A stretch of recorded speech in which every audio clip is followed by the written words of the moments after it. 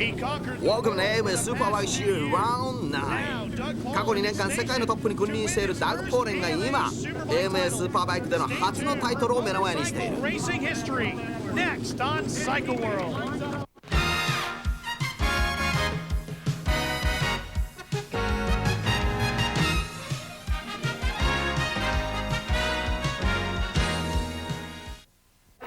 オハイオ州レキシントンは AMA スーパーバイクイベントで盛り上がっている。このトラックは AMA のヘッドクォーターのあるコロンバスのすぐ近くにあるぜ。Hello everybody, I'm Round9 さあ、and 今 joining 回 me as も always here on ラ Prime ロンシャ Network, ヒ our ー、デ road ビッド・サ racing ウスキー、 analyst 僕ヘン Dave リーが皆さんのお相手をすることに Six な out る。 of the 現 eight 在のところ races so AMA far ス in ー the パーバイク championship チャンピオンシッ trail プ of 8 the 戦 AMA 中 Superbikes 6戦は have been このマ won シン by が this 勝っている。 machine この right バイク here. ナンバー Doug 23 の Poland ド and ゥガ this ッティ fast だ。 my Ferracci Ducati have been unbeatable. They sure have. After 5 long years of developing this Ducati, Araldo Ferracci and Doug Poland are in a さあ、 position ダグ・ right ポー now レ to ンと win フ the ェラッチの AMA ドゥガッティ、 Superbike 今のところ Championship. 向かうところ And 敵 Doug なし。 Poland finishes 11th ゲラルド・ or フィラッ better チはこの here ドゥ in ガッティをなんと Mid-Ohio. 5年間にわたりデベロップメントしているからね。この週末またダグはいつもの走りをしそうだね。というのも AMA のタイトルを目の前にしているからね。このミッドオハイオのレース、彼にとっては記念すべきレースになりそうだぜ。My program is to win races, and the championships that come with that. If I go out and try to do something different than that, then things might happen. If I do my program as I normally do, that's when I feel like I'm at less risk. So it's easier for me to do it that way. さあ、ポーレンはまたまたトラックレコードを出しているね。ポールポジションからのスタートだ。いや、狙ってるね。デール・コータリーはリースのバイクで今年最高のクオリファイリザルトを残しているよ。注目だぜ。People like Kawasaki and Rob Muzzy are offering lease programs that you can lease a motorcycle just like theirs. Most everyone says, oh, you get a lease program, you ain't got what they got, you don't get what they get. That's really not true. Our motorcycle was capable of winning any one of the races this year that we've been at. If you can afford it and you think you can do it, it's definitely worth it. You can definitely take one of these motorcycles and run up front. I mean, we're proof of that just being third in points. AMA スーパーバイクポイントスタンディングを見てみよう。10戦中8戦終了した時点でコータリーは3ポイント差でミゲール・デハメル多い3位。ジェイミー・ジェームスはイライラのたまるシーズンで現在4位。Pretty much the title is out of my control. I mean, there's no way that I can gain on Doug. He has, a lot of points over me. But I'd like to get another position, if I can. It just looks better at the end of the year and shows that you are getting stronger toward the end of the year. Thought about coming into it 2 races down was a little bit disheartening because I really was trying to win a championship, and that's what I'd like to do, And now I'll just have to do it next year, try my best. AMA スーパーバイク州 Round9。さあ、そろそろミッドオハイオのレースが始まるぜ。Get ready, huh?AMA Road Racing is brought to you by Kawasaki. Kawasaki, let the good times roll. And by Suzuki. Your Suzuki motorcycle dealer has the ride you've been waiting for and the financing to get it. And by your local Yamaha dealer who invites you to see their exciting line of motorcycles and ATVs. And by Honda Motorcycles, the leader in on and off-road fun. Come ride with us. And by Dunlop, the world's winningest motorcycle tire.オハイオ州レキシントンにあるミッドオハイオスポーツカーコースではミゲル・デハメルとトーマス・スティーブンスが何か話をしているね。スタート前はみんなどんなことを考えているのかな。サドルスキー先生が言うにはレーサーは大体心臓がドキドキしてるっていう話をするんだそうだよ。先生の場合もドキドキなんてもんじゃなかったらしい。アドレナリンが頭の中いっぱいになるんだそうだ。レース前のタクティクスのことを考えているマイク・スミス、コンセントレーション。そしてコーリン・エドワーズ、バンサンダ・ハインズの若いライダーにとって今日が初のビクトリーサークルになるかな。頑張ってね。それではスターティンググリッドを見てみよう。相変わらず彼の成績にいるね、ダグ・ポー。ジェイミー・ジェームスは93年まだ優勝がないので狙っているところだろう。彼がヤマハのライダーの中では最も速い。その横 RC ホンダのマイク・スミス、フロントローにいるぜ。3度目のチャンスかな。ファーストロー4位からはティーン・ミラージュのライダーデール・コータル、忍者タートルの応援を受けての出場、世界最速のフライで。セカンドローにはダグ・ポーレンのチームメイトフィラッチのデガッツに乗るパスカル・ピコッティ、彼もまだ優勝経験がないね。Miguel Duhamel has 6ミゲル・デハメルは今年5位以上でのフィニッシュが6回あるが一度も3位に入賞してないぜ。 start on the Muzzy Kawasaki on the inside of row 2. 鈴木の最も速いライダートーマス・スティーブンスは吉村ファクトリーのバイクで出場だ。 Former national champion, the fastest of the Suzuki riders. He's on the Yoshimura factory bike. コーリン・エドワーズは外側のセカンドローからのスタートだ He'll ね。 be on the outside of row number 2. サードローにはバイクナンバー60高弘タイガーソワ行くぜ。そのすぐ横にはカナダ人のジャックス・ブエネット・ジュニアがいるね。 Junior. フォースローにはバイクナンバー70にダートトラッカーのラリー・ペグラン。フェニックスの事故からカムバックできてよかったね。 Top of a super bike after getting hurt. フィフスローからはフロリダ・マイアミ出身のバイクナンバー29のパブロ・リールが乗るドゥガッティとバイクナンバー50のブラッド・ヘイズ。 The other side. シックスローからは川崎に乗る前回のデートナ200の優勝者ジョン・アシュメン。そしてセブンスローからはバイクナンバー91ドゥガッティドクター・デイビッド・キー Dr. David Kiefer and his Ducati in the middle of that row. As you take a look at the rest of the field, ski about to set us up for a tour around Mid-Ohio. じゃあミッドオハイオ1周 2.4 マイルを見てみよう。第1コーナー左カーブの速いカーブでそこから S 字が続く。画面の右下にキーホールというコーナーがあるね。鍵穴なんて呼ばれているよ。そしてコース裏側バックセクションを通り抜けてストレートを続く15コーナー。ここの立ち上がりではアクセルを上げてのウィリーがよく見られるね。1周 3.8。 Doug Poland once again ダグ・ポーレンがポールポジションをまとめ雇ってアーチャートラベルより US750 のファーストトラベラー賞を獲得したね。これは今年第一戦のフェニックスのシーンだね。あれはラリー・ペグラムのバイクだ。あの事故で彼は大きなダメージを負ったようだね。 The Worm, as he's nicknamed, was 彼は injured レースの準備を整えて復活してきた。体の方も良くなった彼なんだが残念なことにレースに舞い戻るための資金が底をついちゃったんだよね。 is ready to go racing once again, but unfortunately, although physically he's healthy, the bank account took a beating as well, getting him ready to come back to the racing scene. So, courtesy of Doug そこで Poland, ダグ・ポーレンの行為でラリー・ペグラムのようなレーサーたちに特別な経済サポートがセットされている。 up and running again. Every time I won the pole, I took the money and I put it in a fund, you know, and then I said, hey, what I'm going to do is I'm going to figure out a way to try and feed this back into this particular money out of this fund back into the riders, everybody, not just myself, but for everybody. And then he contacted me and said, hey, you know, is there any way like you can find me a sponsor or something like that, you know, help me out? I said, well, no, I probably can't find you a sponsor, but I can do one maybe a little easier for you. I've got some money that I've been saving up here in this fund for just this type of deal, you know, to help somebody out. So worked out good, you know, that he was able to have time off his dirt track schedule to make this race, and he really wanted to do it. And so I basically donated what I had in the fund in order for him to get here this weekend. Doug had no obligation to help me out. He just did it as a friend and to help out a fellow racer who was down on his luck. And without his money, you know, I wouldn't be here racing today. Nice gesture by Doug Poland to give something back to the sport. さあグリーンフラッグが振られて AMA スーパーバイクラウンド9ミッドオハイオが今スタートを切った。バンサンドハインズのバイクナンバー45のコーリン・エドワーズがロケットスタート、素晴らしいスタートを切ったね。彼のチームメイトのジェイミー・ジェームスも彼の真後ろにいる。ヤマハ時代が好スタートを切った。さらにその後方から吉村鈴木のトーマス・スティーブンスが3位のポジションに上がってきているね。バンサンドハインズがヤマハ先頭でキーホールコーナーへと向かっている。 Down into the keyhole. さらにその後方では4位争い、2度のワールドチャンピオンになったダグ・ポールにハンドルをぶつける勢いでデール・コータリーだ。アグレッシブなデール・コータリー。ダグ・ポーレンはスタートで中盤から飛び出す。今回はいいスタートを見せているよ。さあジェームスがラインを変えた彼のチームメートを抜きにかかっている。激しくブレーキングをしてインサイドからものすごい気迫のジェイミー・ジェームス。あのコーナーでリーダーが変わったよ。 Up over the rise here, the bikes get very light. You got to be very delicate with the throttle because you're off camera. Jamie James twitching a bit as he goes over the top of that. And here's these concrete patches that they have to cross. And sometimes these slick. それとここにはコンクリートの積みがあってライダーたちが越えていかなくてはならないんだよね。かなりバンピーなポジションだ。たまにタイヤがその溝にグリップを取られたりすると大変なんだよ。マシンが本当に暴れるんだよね。さあそれぞれが S 字を抜けていく。まだまだオープニングラップの序盤戦。コータリーを見てコーリン・エドワーズのイン側に入ろうとしているよ。我々は世界で一番速いプライベーターって彼のことを呼ぶんだよね。今日はどのライダーよりも速そうだね。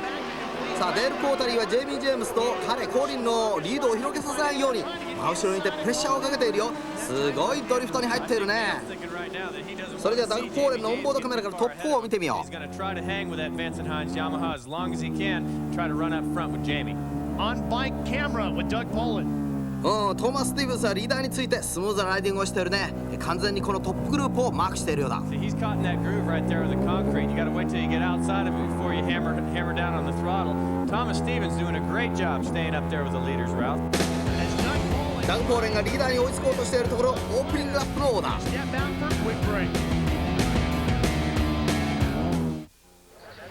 リーダーが入れ替わったここミッドオハイオだ。エドワーズがチームメイトジェイミー・ジェームスを抜きトップを走っているようだね。それをデール・ポータリーとトーマス・スティブンスが追う。さらにその後ろにはポーレンとミゲール・ドハメルがいるようだね。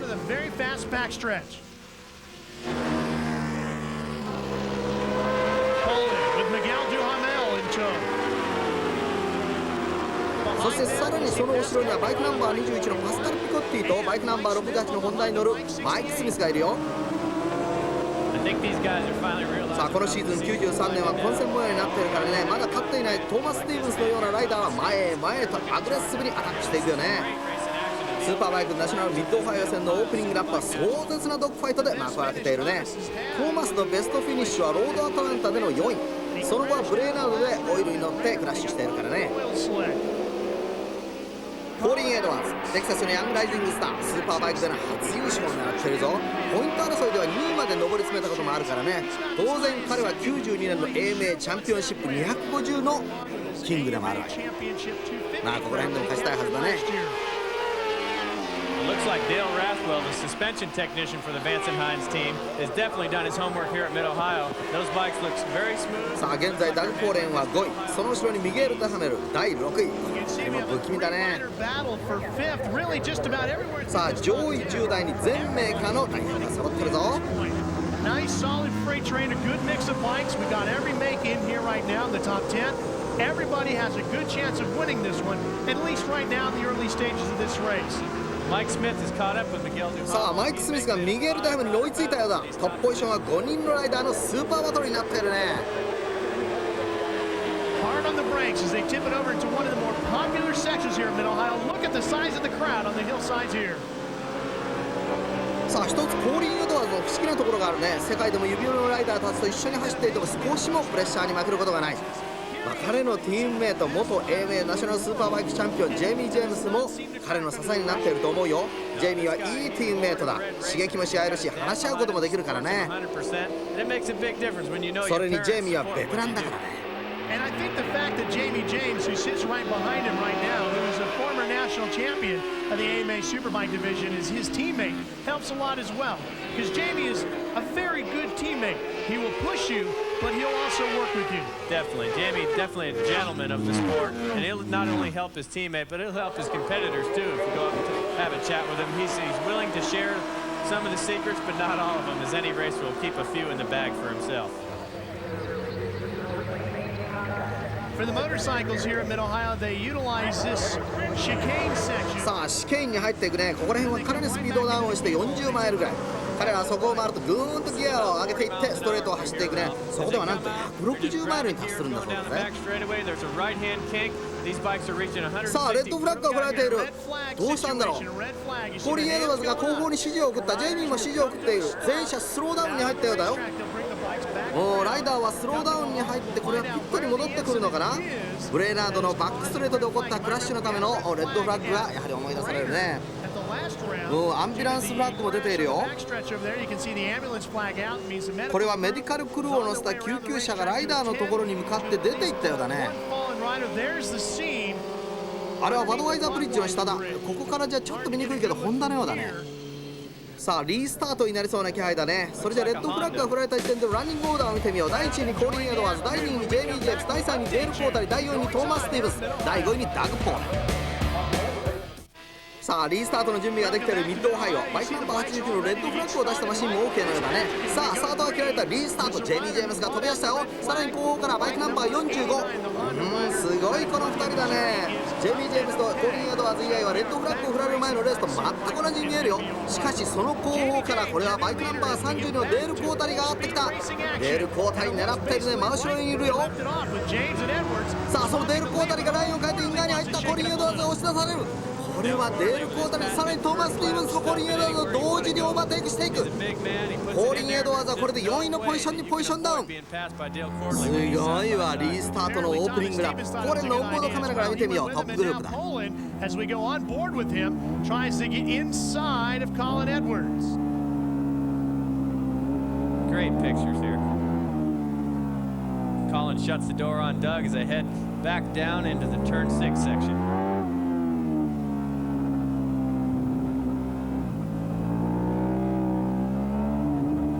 Front wheels will come in the air over this. You got to cross it up and throw the bike down to the right to make it through here. The downshift, and watch this track drop off from underneath the bike. Big wheelie out of Doug Pullen as he chases Colin Edwards. That's right where the accident took place. You can see the grease sweep on the asphalt right there as we went by. The thing that amazes me about the Ducati is it sounds very slow. Yeah, it's all torque. It's a big tractor motor stuffed in a motorcycle chassis. さあ JB ジェームスと彼のバイクだが、彼のバイクはよくバウンドをするね。彼がこのホームストレッチを抜けていくとき、時々ヒヤッとするシーンが多くあるんだよね。 JB ジェームス現在のところリーダーでも、あのバイクはよくバウンドするんだけど、ジェームスはこれが好みなんだって。 Especially here at Mid-Ohio, watching him in practice down that front straightaway was a gut-wrenching thing to see, because boy, that motorcycle dances all around underneath him, and the amazing thing is that he likes it that way. I went over to him and made mention of his bike doing a big tank slapper down the front. He said, "Ski, it looks ugly, but it works." And it's working right now. Well, your impressions are getting better. It looks real good さあ right バイクナンバ now. ー11のトーマス・スティーブンスのマシンがかなりペースを上げてきたぞ。デール・コータリの右側に並んだ。ラインを変えてトーマス・スティーブンスがイン側を取った。これはデール・コータリオーバーテイクできた。サイドバイサイドでコーラへ。このトーマス・スティーブンスと新しい吉村のマシンが非常に調子が出てきたようだね。これはトーマス・スティーブンスも優勝を狙っているのかな。 What was interesting seeing Gordley and James out front earlier was that both these guys are pursuing a career in stock car racing. That's exactly right. In fact, Jamie James will be going from here to Loudon, New Hampshire, try a Busch Grand National race up there. We wish him さあ現在トップを行くジェイミー・ジェームス、それとデール・コータリを見ていてちょっと面白いことがあるんだよね。2人ともストッカーレースの経験を持っているんだ。実際ジェイミー・ジェームスはここからストッカーレースに出場するためにこのレース終了後ラウドンの1マイルのオーバルコースに行くんだって。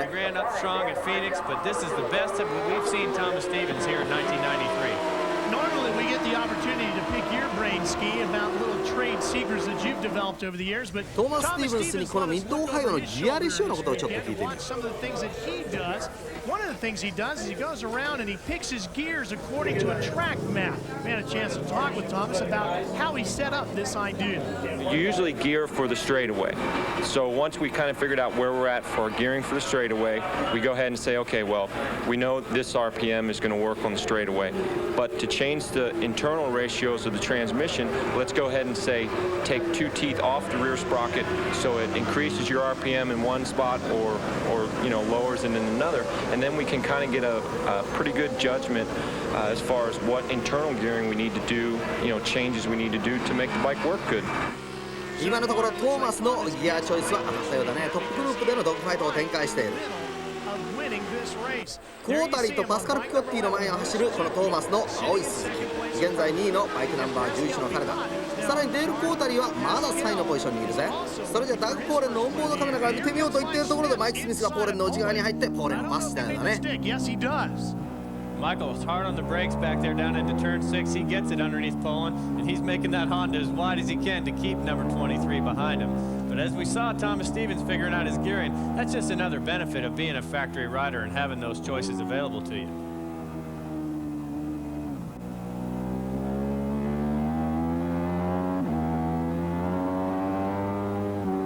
That tractor does get up and move when he wants it to, doesn't it? Yeah, as we passed that accident scene where Mike Fitzpatrick went down, it looked like Mike got a little light over the top of that rise, and that's what caused him to go down. バイクナンバー21のフラッチのライダーパスカル・ピコッティだ。彼のチームメートで2度ワールドチャンピオンダグ・ポーレンはここミッドオハイダ初の AMA スーパーバイクタイトル獲得にかけて、勝負をかけているね。現在7位のポジションなんだけど11位以内には入ればタイトルを取れるんだって。コーリン・エドワーズについてはもっと知っておかなければならないことがあるね。彼は無事にバイクを完走させ、かつ勝てるだけの力があるかどうか、十分に彼が速いことは我々は知っているけど、ラストスパートのためにパワーとバイクを温存できるかどうかが問題だ。さらにこのバイクナンバー68のマイク・スミス、コモンウェルスチームはなぜあの旧型の RC30 をこれだけ長い間戦えるのか不思議だよね。さあ話をコーリン・エドワーズに戻すんだけど、レースは忍耐強く走り抜くということが非常に必要だよね。彼は勝ちたい気持ちが大きすぎて、ロードアトランタでは周回遅れに突っ込んだりしてしまったよね。だけどもあれがなければコーリンが勝っていたレースかもしれないよ。力は十分にあるコーリンです。さあパスカル・ピコッティ現在4位のポジション。彼のマシンはダグと同じシチュエーションのマシンだからね、戦闘能力が高いよ。すごいマシンだぜ。Pascal Picot on the red Ducati, another rider in that same situation. Very fast, very quick early on.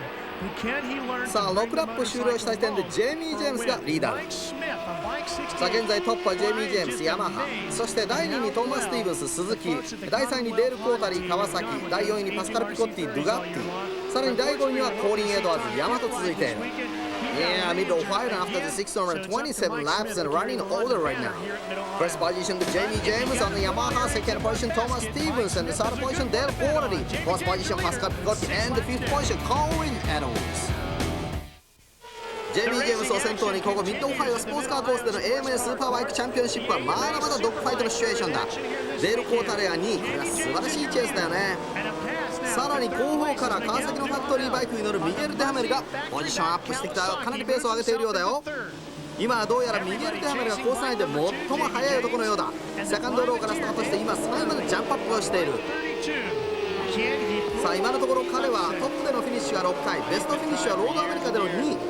多分誰もが彼の優勝に期待したのがラグナセカだろう。しかしダグ・ポーレンと彼のチームメイトスコット・ラッセルとの激しいバトルで終わったからね。さあそのミゲル・デハメルが今度はデール・コータリーを射程距離内に置いているよ。 Miguel is charging. Duhamel, you'll remember, started in row number 2. He's worked himself up into third position and is having a good run. As we said to you earlier, he's got 6 top 5 finishes this year.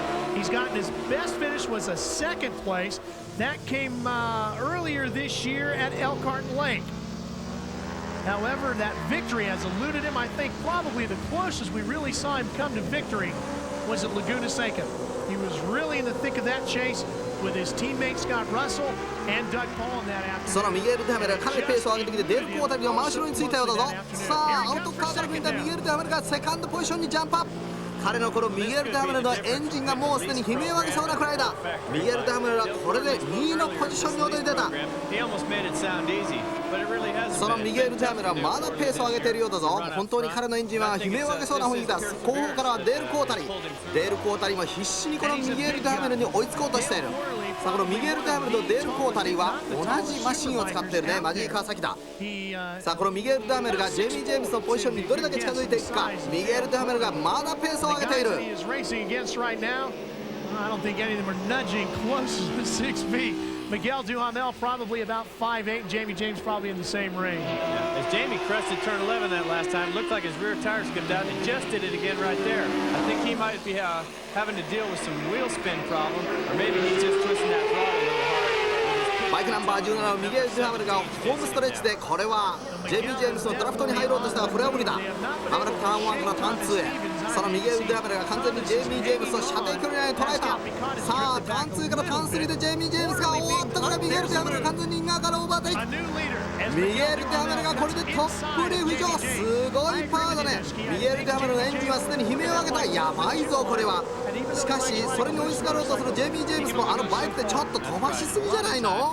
いくらラフなバイクを好むと言ってもそろそろジェイミー・ジェームスも限界に近づいているようだ。バイクナンバー17のミゲル・デハメル前に周回遅れのマシンが出てきた。これは面白いゲームになりそうな気配だぞ。その周回遅れの中にバイクナンバー91のドクター・デビッド・キーファーとバイクナンバー83のグレッグ・コップがいるね。グレッグ・コップはハワイ出身。この AMA ナショナルに出場すべきやってきたね。さあデュハメルは周回遅れを最大限に利用してバンサン・ハインズのライダージェイミー・ジェームスとの差を若干広げ始めているよ。これでジェイミー・ジェームスは逆にちょっと落ち着いた様子だね。そこへデール・コータリーがゆっくりと近づいているね。さあデール・コータリーのチャンスかな。デール・コータリーはジェイミー・ジェームスの真後ろについたようだ。さあインナーからスーッとこれ歩いた。これタイトなコーナーでデール・コータリーが2位に躍り出るね。デール・コータリースーパープライベーター。ホームストレッチではデール・コータリーが第2位のポジション。さらにバイクナンバー2のジェイミー・ジェームスは3位のポジションまでポジションダウンをしているね。That's exactly right, Ski. I mean, he couldn't wait any longer. He saw Miguel starting to pull away.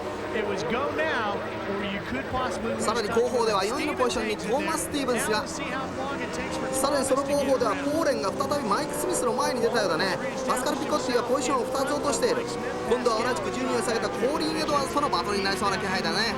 ダグ・ポーレンは11位以上のフィニッシュなら今季タイトルが決まると思うけどね。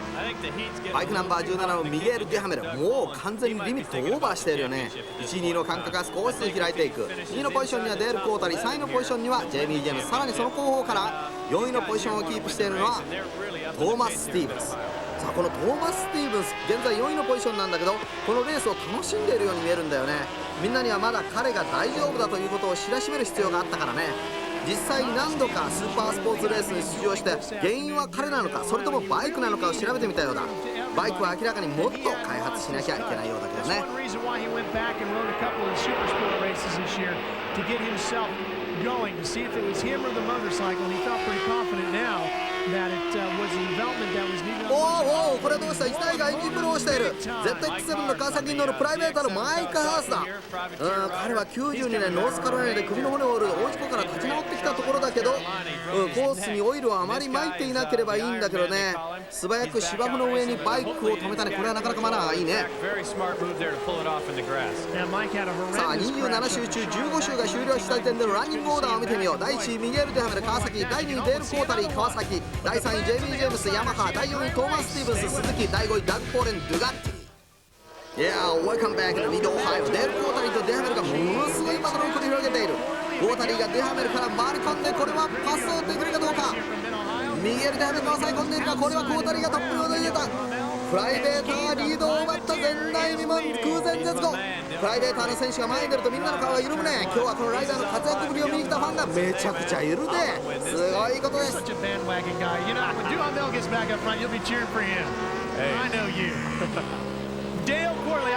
さあデール・コータリーは今度はミゲール・デハメルとの距離をかなり広げていくか。おっとミゲール・デハメルがまたも横に並んでくる。ミゲール・デハメルを負けていません。さらにその後方ではトーマス・スティーブンスがポーレンの後ろだ。スリップストリームを使っているようだね。ダグ・ポーレンの作戦を始めたのはそれともスピードが速すぎるのか。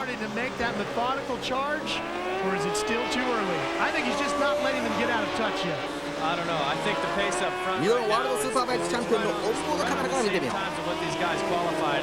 Doug Poland, I think he may have qualified on some other tires, and now he's got something harder for the race, and that could be what's making the difference here. On board with the two-time world superbike champion. Hey, wait a minute, Ralph. How come we can't see that tack anymore? I think Doug Poland's trying to hide the little tattletale there. That hidden tachometer we saw nudging 13,000 RPMs at Brainerd at the last race. Back up front, it's Dale Quarterly who is leading still. さあトップのデール・コータリーはバックマーカーをパスしながらリードを保っているようだね。ミラージュスタジオはデール・コータリーの最も大きいスポンサーの一つだが、アメリカンロードレーシングという雑誌もあり、$35でスピードライダーズと呼ばれるファンクラブに入会することができて、その収益はデールのレース資金として利用されているんだそうですね。今日のデール・コータリーはミシュランロードレーシングタイヤでの出場。相対するデュハメルはダンロップラジアン。レースが進むにつれて誰が生き残るかはっきりしてくるよ。さあ現在デール・コータリー対ミゲル・デハメルのドッグファイトが続いている。ミゲル・デハメルがラインを変えて前に出るか。デール・コータリーも踏ん張っているが、これはということでサイドバイサイドになるが、ミゲル・デハメルが前にまとめ当てた。ものすごいドッグファイトだね。ミゲール・デュハメルのエンジンは先ほどからすでにもう悲鳴を上げている。それでも同じマジー・川崎のエンジン同士。デール・コータリーも完全にミゲール・デュハメル射程距離内に捉えてのこのドッグファイト、完全にマンオンマン。さらにその後方ではバイクナンバー2のジェイミー・ジェームスがゆっくりとその様子を伺っているようだ。そのジェイミー・ジェームスも少しずつ近づいてきた。トップ3は完全にテール2ノーズ、ほとんど等間隔になって間もなく S 字コーナーに向かっていく。先頭はミゲル・デハメ、さらに後方からデール・コータリ、それにジェイミー・ジェームスがピタッとくっついているね。この3人のドッグファイトは終盤戦まで持ち越すのが、それとも何かアクシデントがあるのか。ミゲル・デハメは完全におーっとデール・コータリが5位に並びそうだ。真後ろ完全にドラフトに入った。スリップストリームを利用して前に出ようとするのがデール・コータリ。ジェイミーはまだ様子を見ているぞ。ジェイミー・ジェームスはまだ様子を見ている。ラインを入れ替える。デール・コータリーがその前のラインを読む。さらに後方からジェイミー・ジェームスもそのラインを読みながらインを狙おうとするが、まだ完全なブロッキングラインを持っているのはバイクナンバー17のミゲル・デハメル。まだこのトップ3、そのラインは完全に塞がれているようだ。現在リーダーはミゲル・デハメル、バイクナンバー17。さらにその後方には同じを持っているデール・コータリー、ビッグプライベーター。さらにその後方にはバン・サインズ山のジェイミー・ジェームスが5位に並んだから、これはジェイミー・ジェームスが前に出てくるようだ。まずデール・コータリーをオーバーテイク。ジェイミーがリードを奪った。ジェイミーは今のところ2番手のポジション。さあこれでポジションがちょっと入れ替わって、ジェイミー・ジェームスは今度また前元にラインを変えるか。ミゲル・デハメルが完全に抑える。ものすごいドッグファイトだ。さあ今度はデール・コータリーが逆にジェイミー・ジェームスをオーバーテイク。さあこれでジェイミー・ジェームスが3位に後退。コータリーがまともや2位に再び上昇した。おお、ジェイミー・ジェームスは危ない。スロットルを開けている時にタイヤの状態が不安定だ。非常に危ないスライディングを見せた。ジェイミー・ジェームスちょっとペースを落とすかな。さらに後方からは4位のポジションにダグ・ポーレンが迫っているようだね。そうなるとトップ3を射程距離内に捉えるのも時間の問題かな。ダグ・ポーレン。さあ現在のランニングオーダーを見てみよう。27周中19周が終了した時点でトップはミゲル・デハメル、川崎。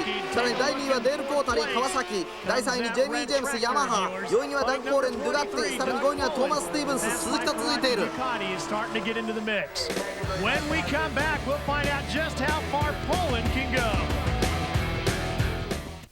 AMA スーパーバイクラウンド9、トップ争いは川崎未来、ミゲル・デハメル対デール・コータリーのドッグファイトは続いている。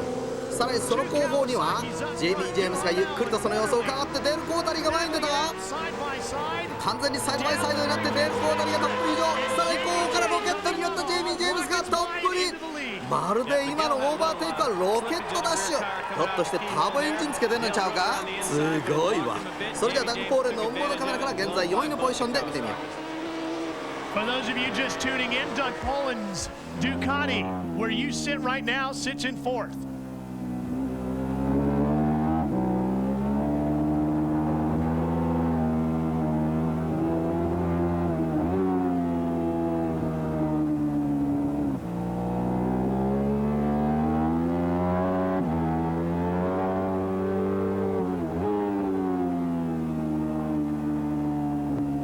What can you say about that, Ralph? That's just awesome. さあ間もなく最終コーナーかな。フロントストレートに出ていくスリリングなシーンだ。レッドイタリアンバイクから見てみよう。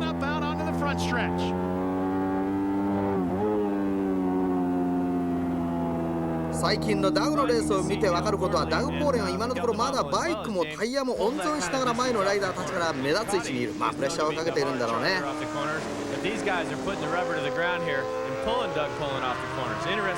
Yes, but the one thing we do know about Doug Poland is he does know how to get his motorcycle to the finish line.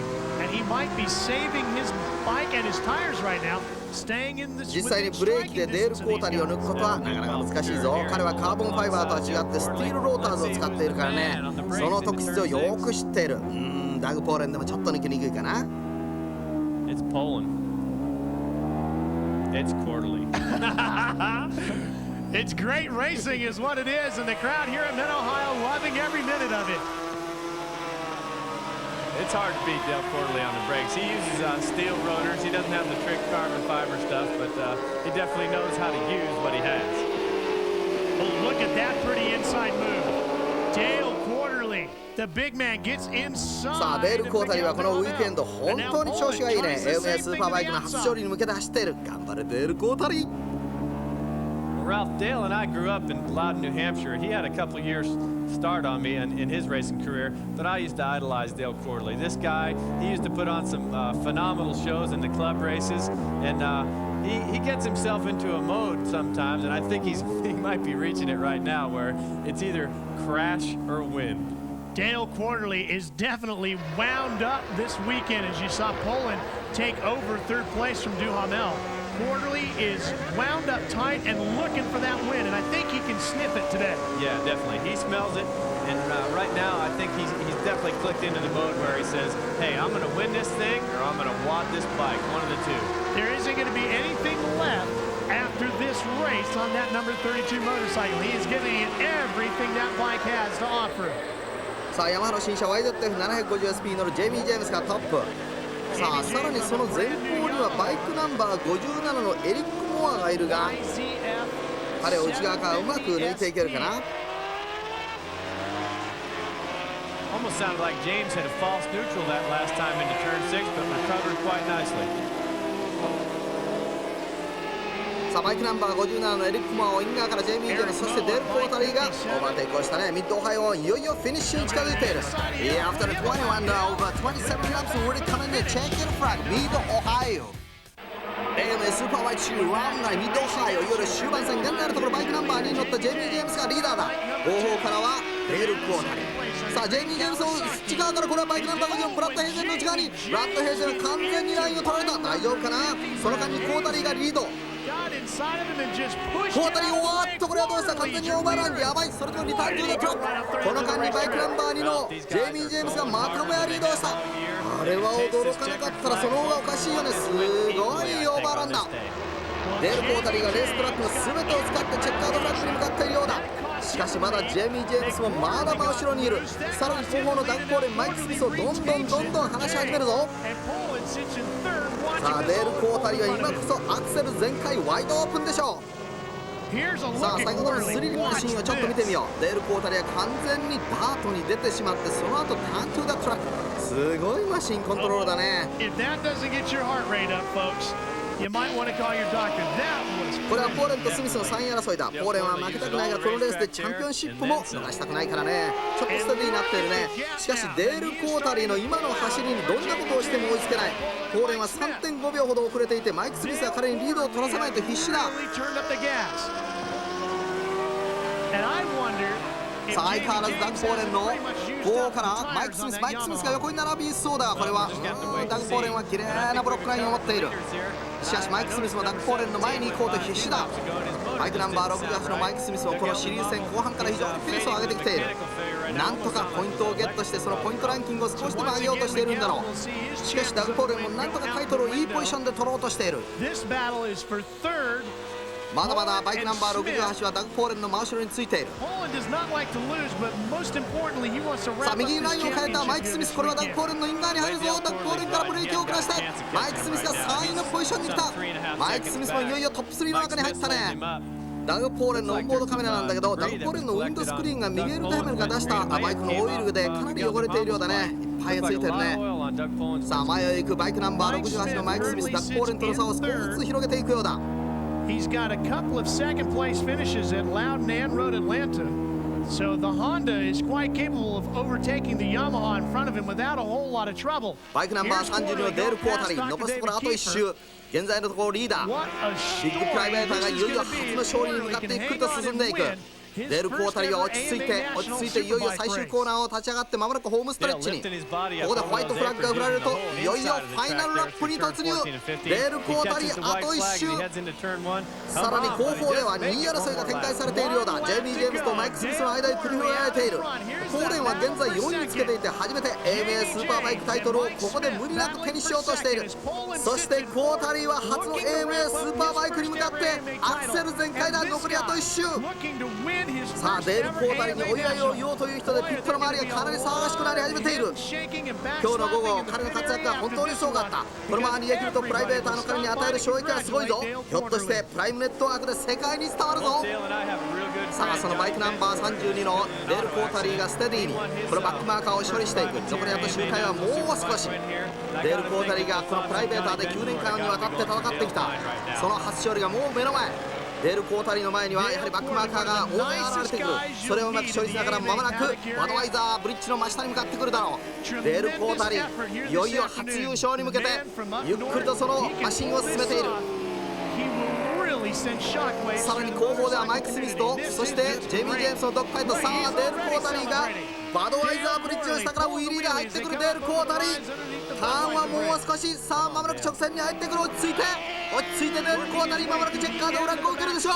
バイクナンバー32のデール・コータリーまもなく最終コーナーから立ち上がってくるでしょう。チェッカードフラッグはもう目の前。デール・コータリー初のプライベーターでのチェッカードフラッグ。デール・コータリーがプライベーターで初の AMA スーパーバイクナショナルレースで優勝しました。これこそまさに AMA スーパーバイク、世界に轟く AMA スーパーバイクの姿です。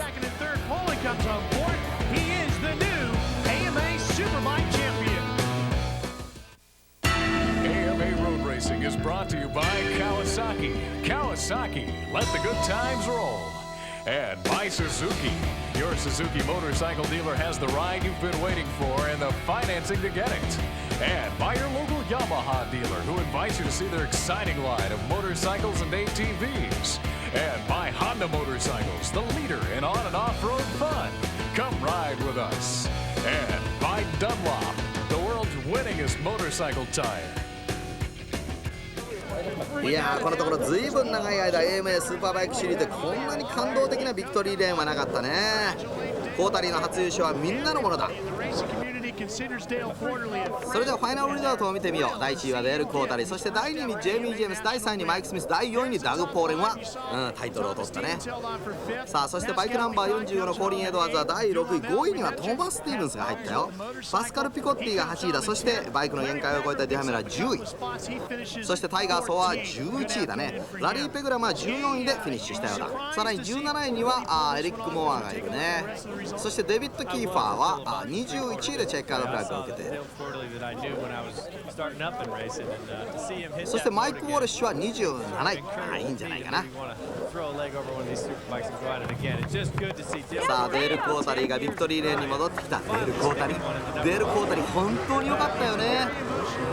我々の英雄だ君は。さあ見てわかると思うけどデール・コータリーは感情的な男なんだ。彼は今日一日ゾクゾクしっぱなしだと思うよ。さあビクトリーレーンで涙を流している。彼の奥さんが彼を強く抱きしめているね。あんな抱擁ビクトリーレーンでしてもらうまで長かったよね。よかったね。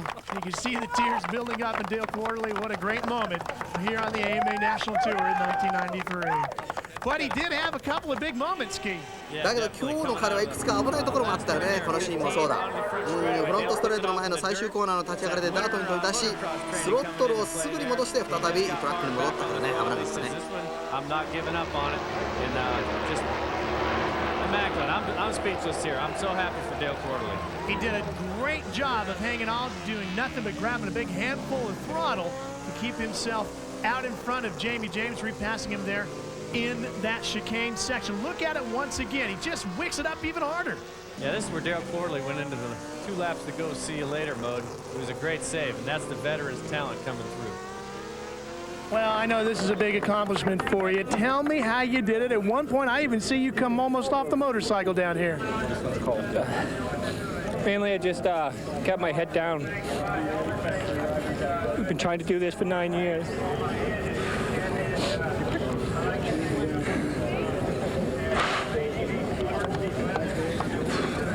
Come on, tell me about it, man. I know 9 years. What's the culmination? The Teenage Mutant Ninja Turtles this year basically just gave me the finances to buy competitive equipment off of Kawasaki and Muzzy, and my 2 mechanics, Daytona Mike and Ron Barrick, just mainly taking the pressure off me all year so I can just focus on riding. Little by little, been going better and better and better, and I kind of had to learn how to ride again. I'm not used to this kind of power. At the end, they just kind of said, you know, these guys not beating me. I ain't going out. I mean, they're going to crash it or win it, and just laid the power down and got away from them. After 9 years of trying, just how sweet is this? I cried for 2 laps, so I'm crying for 5 minutes already. I'll tell you what, there's not a dry eye. あのインタビューの後ビクトリーレーンに泣いていない者はいないね。すごい男だよ。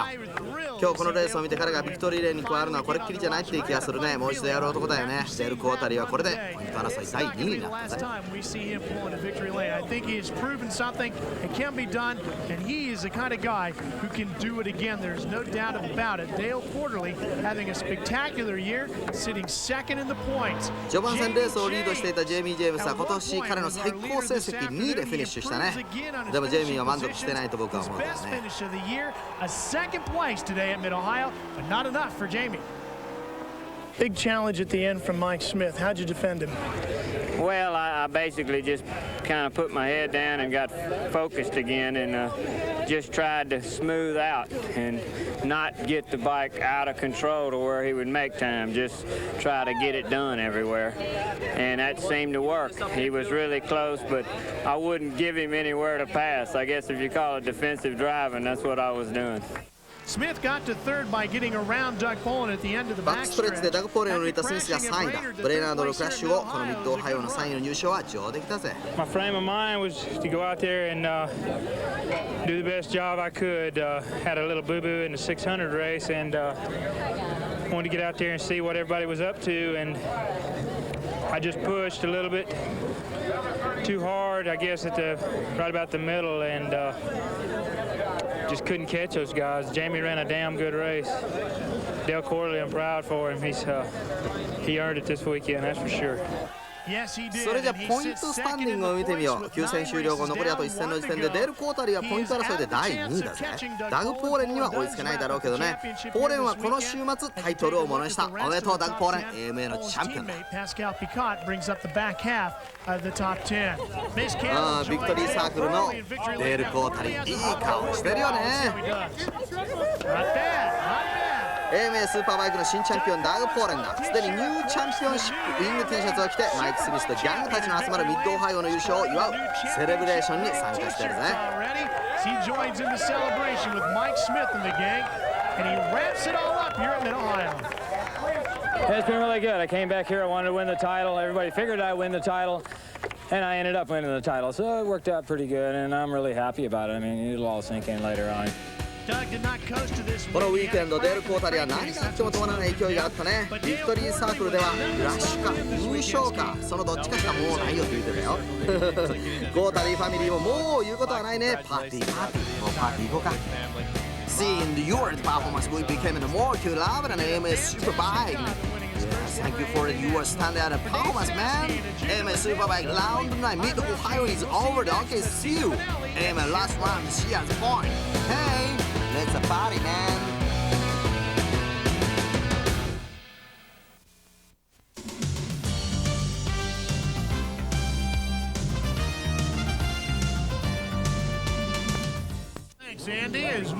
750のスーパースポーツレースのスタート準備は進んでいるが、その間にブリット・ターキントンが彼の大好きなサーフィンについて話してくれたんで聞いてみよう。Yeah, that's my training. You know, I mow the lawn and I surf. That's about it. Yeah, and I was fortunate to get invited to the Malibu Celebrity Surf Classic. You know, a few weeks back, I got a second. A guy from General Hospital beat me. David Wallace beat me. You know, but it was a lot of fun, and we did some public service announcements for the Surf Rider Foundation, and you know, kind of making everybody aware of what needs to be, you know, happening as far as protecting our coastlines. And you know, it was a blast. I had a lot of fun. いやー、ターキントンは AMA モーターサイクルロードレーシングで自由の精神を持つ男の一人だね。さあ、グリーンフラッグが振られたようだ。バイクナンバー28のターキントンがやはり飛び出した。その後ろにバイクナンバー5ジェラルド・ロスマンズがついているようだね。このレースの序盤で今日のビッグリッド賞を受賞していいくらいの速さを見せたバイクナンバー43ジェイソン・プリドマーだが、あの川崎と随分リードを広げていくね。さあ、さらにターキントンの後ろはフリッツ・クリングバイクナンバー5のロスマンと続いているようだ。Showing that they were the class of this field. Jason Pridmore just flat out left everybody, and his teammate Fritz Kling reeled in the Yoshimura Suzukis, and he put distance on them and said, "See ya, fellas. It's Kawasaki's 1-2 in this day." さあ、プリドモアが最終コーナーを回ってきたヤングスタージェイソン・プリドモア、今年初の優勝。今チェッカードフラッグを受けたね。すごいね。さあ、ジェイソンはスーパースポーツのキングになるふさわしい年齢になってきたが、きっと来年はファクトリースーパーバイクを抑えていくつもりでいるだろう。